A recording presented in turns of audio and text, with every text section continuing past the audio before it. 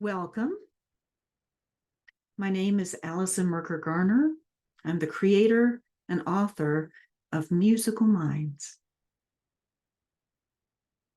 Today's video is on triggers. Who has triggers? What are triggers? And how can we change triggers? Triggered behavior is behavior that or a reaction that happens within our nervous system. If we think about it, a trigger's already happened. It is a neuroceptive response. In other words, we don't think about it before it responds. It's something that happens when there's a stimulus. So what are some triggers? We may have a triggered behavior when we hear a loud sound. It's a startled response. And we may physically do this or jump. And what do we feel inside when we have that? Well, we may have a shot of adrenaline, or heart rate could increase, or we start to shake. That's a triggered response. We may have another kind of response that's a trigger that is developed over time, that we've been conditioned to respond to something in a certain way. Trauma survivors are a good example of this. Even those of us who have stage fright, or we may have an unconscious, unthought through reaction to something. And it always happens. We always are triggered by it and have the same responses to it. And it's self-reinforcing. Those kind of responses are created by our bodies to adapt to a situation. If you have grown up in a household that was not safe, if you had repeated chronic experiences with a person or an event or a thought or an experience that was negative, and your body learned that connection. Every time I see this person, I'm going to respond a certain way. They don't even have to do anything. Every time I walk out on stage, I have a response. It's a learned response. It's a habit. And the most important thing to understand about triggers of this nature is that they're designed to help us. They are the body's way of saying, I got this. I'm telling you, you're threatened. And the type of response we have depends on our own neurology. Let's say that you have some response to music lessons being taught. Your immediate response is to shut down and resist. Is that helpful to you? Maybe. If your experience with lessons is negative and you've learned that you cannot trust teachers to have your best interest in mind, then yeah, that's helpful. But if you get into another situation and that teacher isn't negative, that teacher does have your best interests in mind, you still have that reaction because they're a teacher. And that's a situation you've learned you can't trust. Those are learned triggers, and they can be unlearned. just as much as the startle response can be unlearned. So what we're going to do today is we're going to look at what you can do when you recognize you have a triggered response to something. If it's something you don't like, it's not helpful to you, then you can unlearn it and create a response that is helpful and supportive of your well-being. You can do this. So let's take first a look at own it. I'm going to bring something up on the screen. And there we go. And we're going to bring it down like that. There. So this is own it. Own it is something I came up with that includes O, W, and N. O is observing. When we have a triggered response, we observe it. We're aware of it. I always get angry in traffic jams. I observe that trigger. I'm not trying to change it. I'm not trying to judge it. It's not right or wrong. It just is. Then W is you take a step back from that trigger and you witness it. You take some time, you pause, you wait, and you're curious about it.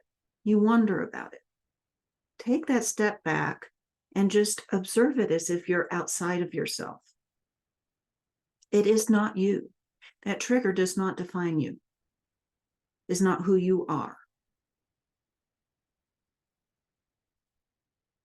So in W, you're allowing that distance from it. And then you can name it. And once you name something, you can tame it. So identify what it is that you are experiencing as a trigger: anger, worry, stage fright, that kind of anxiety, or just general anxiety, depression.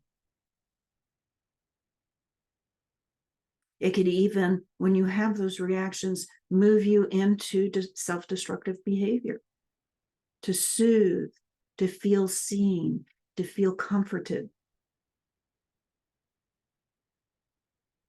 Many addictions are really ways of handling a trigger and feeling okay with yourself again, or even escaping it, just blotting it out or numbing it. That's really what's going on. So in owning it, we see what the root cause is.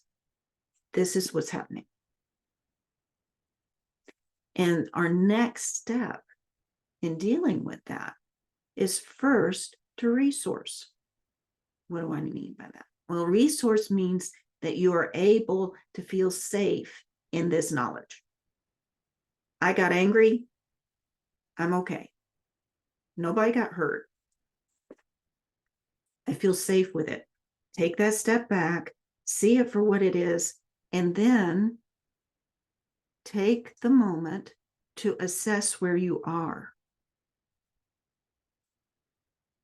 Where are you in that?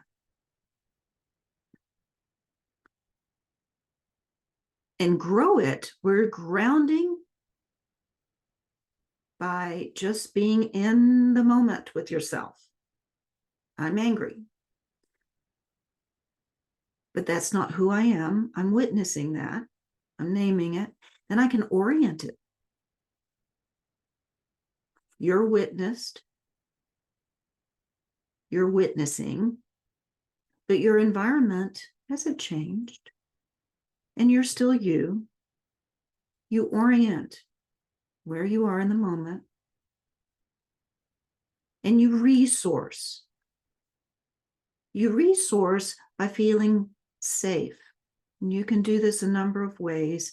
If you work with me, we start out by finding resources. So if you're doing the cycle in Alexander technique, or we're doing some kind of movement somatic exercise, or we're doing some kind of NLP thing that triggers you, you can ground, orient, and resource yourself to feel safe. You are not that anger. You're not that situation. No one's going to hurt you. You're the same. This thing happened, and it's not you. So being reminded of that and having an exercise or practice that helps create that space for you is a resource, right? And then once you are a resource, you can start widening your tolerance to that situation. That neutralizes the trigger, right? So what does that look like? Well, what that looks like is being able to take that experience, get distance from it, name it, and then be able to still be resourced, be centered, maybe grounded in that moment. Here's your anger, and here you are. And then you can allow some opening. What does that look like? That looks like being able to see another point of view, changing your perspective, shifting your anger into curiosity, being able to move through that anger into a better place, either by thinking it through or by somatically doing so, which affects your thinking. And so a lot of the work that I do with triggered behavior is focusing mostly on that process. We own it, then we resource, and then we start widening the tolerance to it, right? By either neutralizing it, we can do that by titration, like 0, 1, 2 kind of exercises, or we may integrate a new response. So if you have stage fright, that's really useful, isn't it? That you're no longer terrified of walking out on stage and having all those responses in your body that you don't like, but you realize those responses aren't you.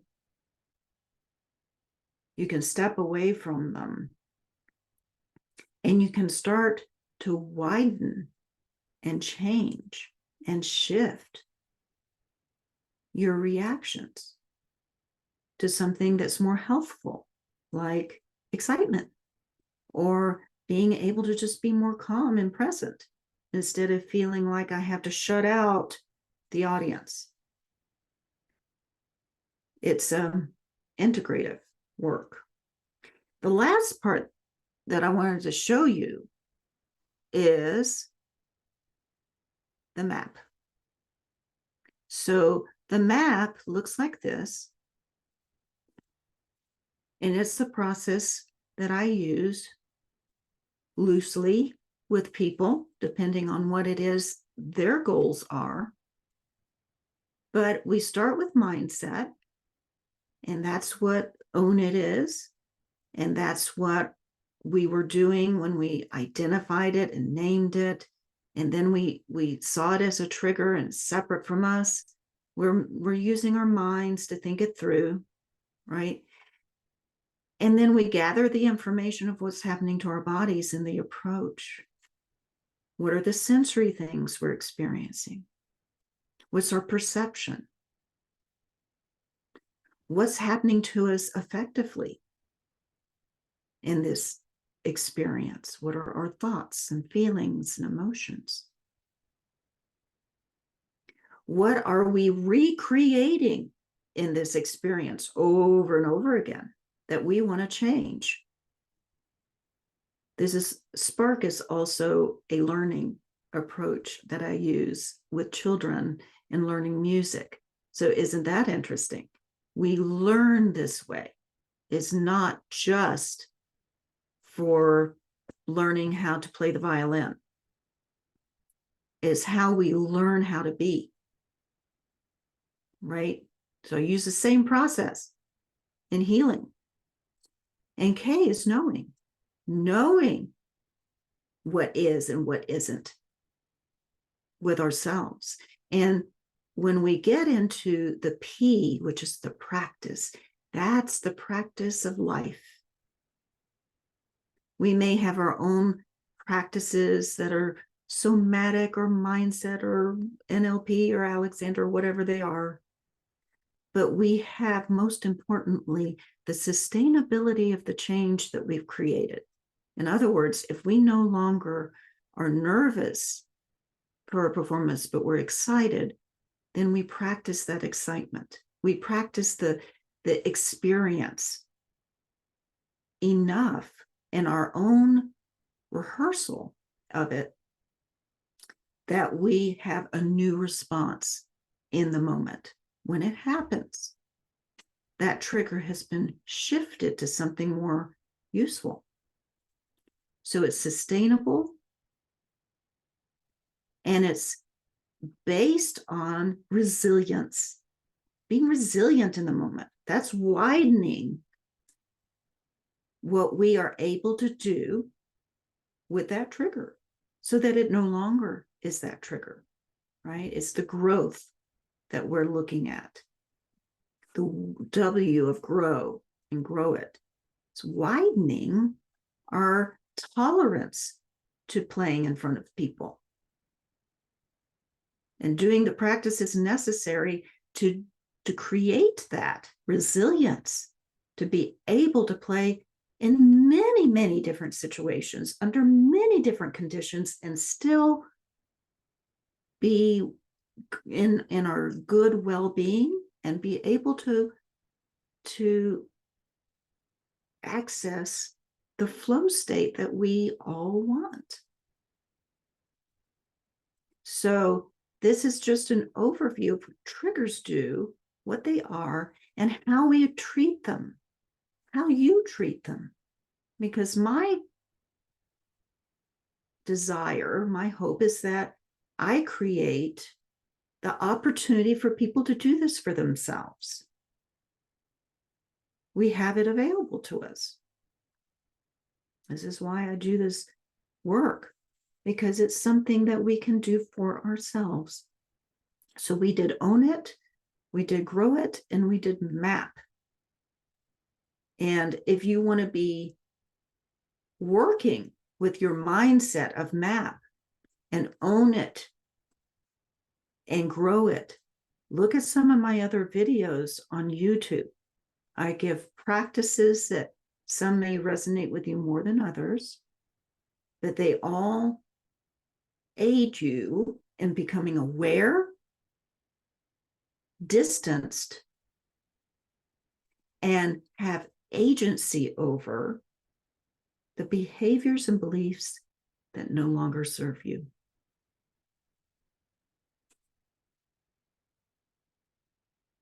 Thank you for listening to this video.